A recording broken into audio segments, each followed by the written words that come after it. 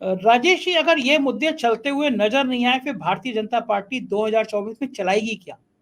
मैंने जैसे अपने इंट्रो में कहा था कि किस तरह पे, कौन से मुद्दों पे वो लड़ाई लड़ेगी, कौन से मुद्दों पर वो बात करेगी, ये आपको क्या लगता है राजेश जी?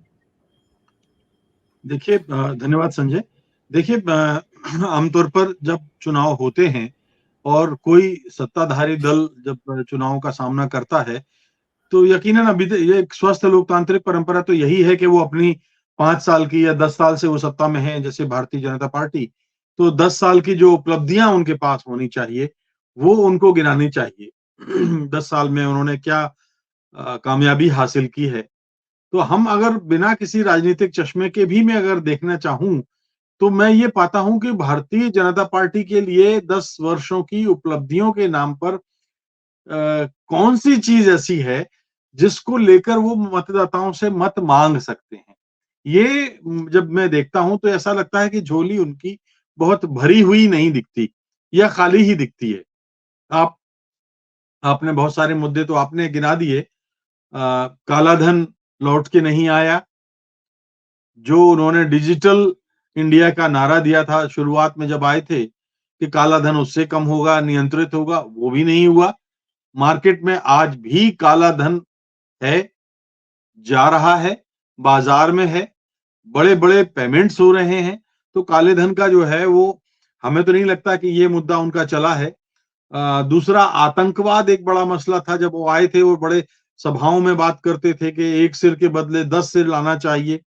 कश्मीर में तो राष्ट्रपति शासन लगा दिया और बहुत कुछ अखबारी सेंसर के जरिए या वहां की खबरें जो जिस तरह से छन छन के आती हैं, तो अब वहां की असल स्थिति तो हमें नहीं पता, लेकिन सरकार वहां है नहीं। और आतंकवादी घटनाएं हम फिर सुन रहे हैं कि अभी फिर बढ़ रही हैं, बीच में भी होती रही हैं। तो एक सिर के बदले कई सिर जा रहे हैं और उस मोर्चे पर प्रधानमंत्री जी नाकाम रहे हैं। नोटबंदी जो हुई थी, नोटबंदी के का खामियाजा हम आज तक भुगत रहे हैं। नोटबंदी के दरमियान जो अर्थव्यवस्था चौपट हुई थी, वो हम अभी तक हम देखते हैं कि निम्न मध्यम वर्गीय परिवारों में और मध्यम वर्गीय परिवारों में आज तक उसका आप जो बिखराव है पारिवारिक ढांचे में, आर्थिक ढांचे में, सामाजिक ढांचे में, वो आप देख सकते हैं। एक बेरोजगारी का मसला जो आपने उठाया था, अब नौजवानों को एक जो सबसे दुनिया का 35 करोड़ लोग जहां पर नौजवान हैं और जिसको संसार का सबसे युवा देश कहा जाता है, जहां के नौजवान अमेरिका में, कनाडा में, ऑस्ट्रेलिया में, यूरोप में अपने ज्ञान और हुनर का डंका बजा रहे हैं, आईटी के क्षेत्र में और मेडिकल साइंस में और भी तमाम क्षेत्रों में, एजुकेशन में। तो जब ऐसा वहां हो रहा है और हमारे यहाँ के अभी जो बेरोजगारी का आंकड़ा है 10 वर्षों का अगर आप देखें, तो साल दर साल और विकराल और भयावह होता गया है। और ऐसे में उनका उपहास उड़ाते हुए अगर उनको पकौड़े तलने की सलाह दी जाती है, तो ये निश्चित रूप से मैं तो कहूंगा विनाश काले विपरीत बुद्धि है। संवैधानिक लोकतांत्रिक ढांचे को जिस तरह से नुकसान पहुंचाया गया है, वो एक बहुत बड़ा मसला है, बहुत बड़ा मुद्दा है जो अगले साल चुनाव होंगे तो यकीनन लोगों के जेहन में होगा कि सीबीआई है, रिजर्व बैंक है, चुनाव आयोग है और सुप्रीम कोर्ट है, जिस तरह से कमजोर करने, संसद है, विधानसभाएं हैं, राज्यपाल नाम की संस्था है, जिस तरह से उनको कमजोर करने का प्रयास हुआ है, उससे हमारी जो डेमोक्रेटिक गाड़ी है वो पीछे आई है, आगे नहीं गई है।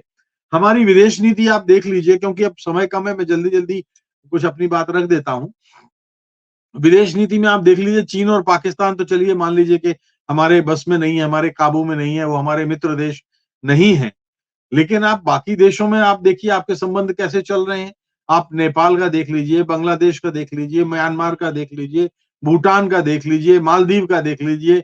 मतलब ऐसे ऐसे देश आपको आंखें दिखा रहे हैं जिनका कभी कुछ मतलब अभी तक भारत जिनके लिए बड़ा सहयोगी पार्टनर के रूप में, बड़े पार्टनर के रूप में उनके साथ होता था, अब वो छिटकने लगे हैं, बिदकने लगे हैं। तो विदेश नीति के मामले पे आप बड़े अजीबोगरीब आपने स्थितियां पैदा कर दी। जब जब आप जाते हैं और अमेरिका में ट्रंप का प्रचार करने आते हैं, क्या भारतीय लोकतंत्र में किसी दूसरे देश के लोकतंत्र में जाकर प्रचार करने का कोई अच्छा एक गरिमापूर्ण उदाहरण आप समझ रहे हैं कि पेश किया गया है? नहीं किया गया। और अगर ऐसा था कि अगर किसी देश के किसी एक पार्टी के कैंडिडेट को आपको प्रचार करना था, तो माफ कीजिए, आपको इस देश का जनमत संग्रह कराना था कि क्या हमें किसी दूसरे देश में किसी पार्टी के आंतरिक मामलों में इस तरह से प्रचार करना चाहिए या नहीं करना चाहिए। तो मुद्दे अनेक हैं। कनाडा के मामले में वो बात अभी जो ताजा चल रहा है, कनाडा के मामले में जब सबूत मांगे गए हैं, तब इन्होंने कहना शुरू किया है कि हम तो कई बार उनसे सबूत मांग चुके हैं। जब उन्होंने अपनी सारी बात खोल दी, तब ये डिफेंसिव होकर के कह रहे हैं कि हमने तो बहुत दिनों से सबूत मांग रहे हैं। अरे भाई, सबूत मांग रहे थे तो आप इतने गोपनीय ढंग से मांग रहे थे? आपका पास मीडिया है, आपके पास प्रचार तंत्र है, आपके पास सबूत होंगे तो ठोस रखिए। पहले रखते थे आपको, वो आपने नहीं किया है।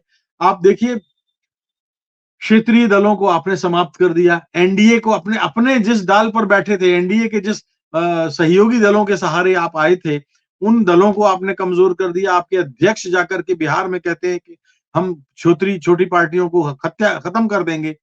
आपने अपने पुराने विश्वस्त सहयोगी दल अकाली दल से आपसे छिटक गया।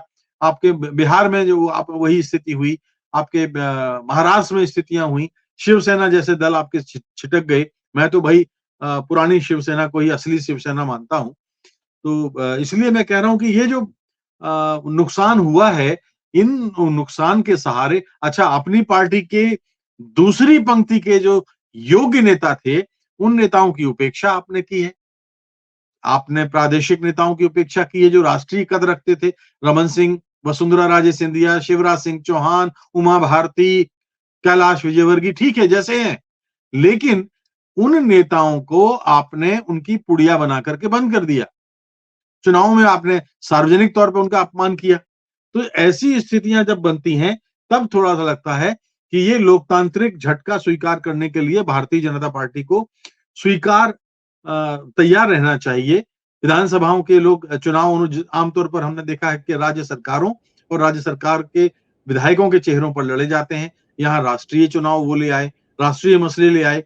तो राष्ट्रीय मसले लाने से क्या हुआ कि जो उनकी राज्यों में उनकी सरकारें चल रही हैं, भारतीय जनता पार्टी की जो सरकारें चल रही हैं, वो खुद भी आप देखिए कि उनकी कमजोरियां छिप गई।